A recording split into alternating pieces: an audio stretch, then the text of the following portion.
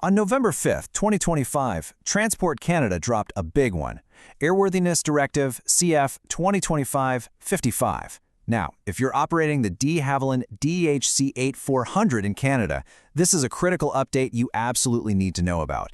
It hits everything from flight safety to regulatory compliance. So let's break down exactly what's required and what you need to do right now. Okay, here's how we're going to tackle this. First, we'll get into the why behind this AD. Then, we'll pinpoint exactly which aircraft are affected. After that, we'll dive into the immediate actions you need to take, the interim mitigations. Then we'll look at the permanent fix, and finally, we'll wrap it all up with what this really means for your day-to-day operations. So, what's this all about? At its heart, this AD is all about the safety risks coming from 5G C-band wireless services.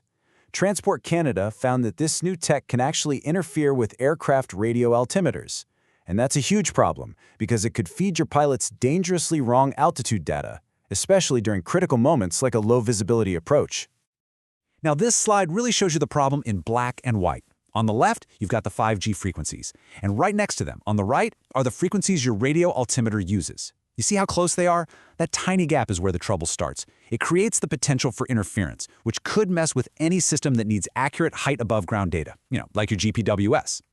The directive really zeroes in on what it calls non-tolerant aircraft. And what does that mean? Well, simply put, these are aircraft whose radio altimeters haven't been upgraded or proven to filter out that 5G interference.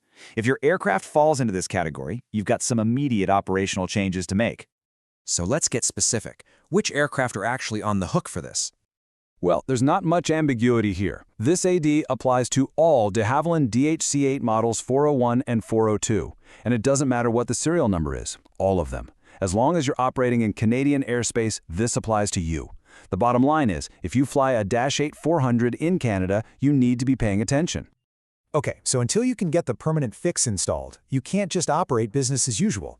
The AD requires a set of interim mitigations for any non-tolerant aircraft. They're broken down into 3 parts, and they cover everything from operational limits to cockpit warnings. And let me be clear, these are not optional suggestions. They're mandatory. And here is the number that really matters. 53. You have 53 days. All of those actions we're about to cover in parts 1, 2, and 3, they have to be completed within 53 days of the AD's effective date of November 19, 2025. The clock is officially ticking. Part I hits you right in your operations with some pretty serious performance penalties. These aren't just numbers, they're real-world limits that will change how you plan your flights. For example, certain noise abatement procedures are now off limits, and you're going to have to add significant distance for landing on contaminated runways. And this chart just drives that point home. For operators using certain technical documents, you're now required to add 810 feet to your operational landing distance. Think about what that means. That could easily be the difference between making it into your destination or having to divert. It affects payload, fuel planning, everything. Now, parts 2 and 3 add even more layers of safety. Part 2 is all about crew awareness. It means installing a physical placard right there in the cockpit, giving specific briefings about risks to the beta range lock system, and hammering home the procedures for throttle management on landing. Then, Part 3 adds a huge maintenance restriction. You can no longer dispatch with an inoperative anti-skid system. That's a big change to the MEL. Okay, enough about the temporary fixes. Let's talk about the permanent solution. This is Part 4 of the AD, which is the terminating action. Once your aircraft is modified according to these instructions, all those painful limitations from Parts 1, 2, and 3, they go away. So how do you get there? The goal is to make the aircraft radio altimeter tolerant. You do this by incorporating a very specific service bulletin. Which one you need depends on the altimeter you have installed. For the Honeywell KRA 405B, you'll need SB 84-34-240. If your fleet uses the Collins ALT 4000, you'll be incorporating SB 84-34-248. So let's pull all of this together. What are the key takeaways here for management, for planning, and for your maintenance teams on the floor? The bottom line is this. AD has immediate, wide-ranging impacts. Operationally, you're facing performance penalties right out of the gate. From a maintenance perspective, you've got that hard 53-day deadline. Financially, you have to plan for the cost of parts, labor, and potential downtime. And to pull it all off, it's going to require seamless coordination between all your teams.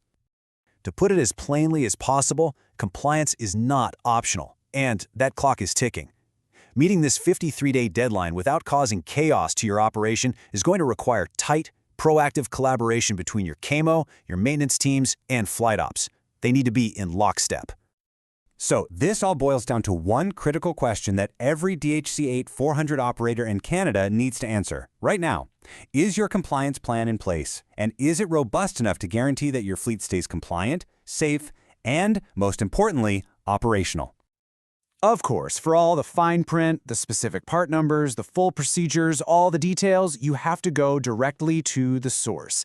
That is the official Airworthiness Directive document, CF-2025-55, published by Transport Canada. That's your single source of truth for this entire process.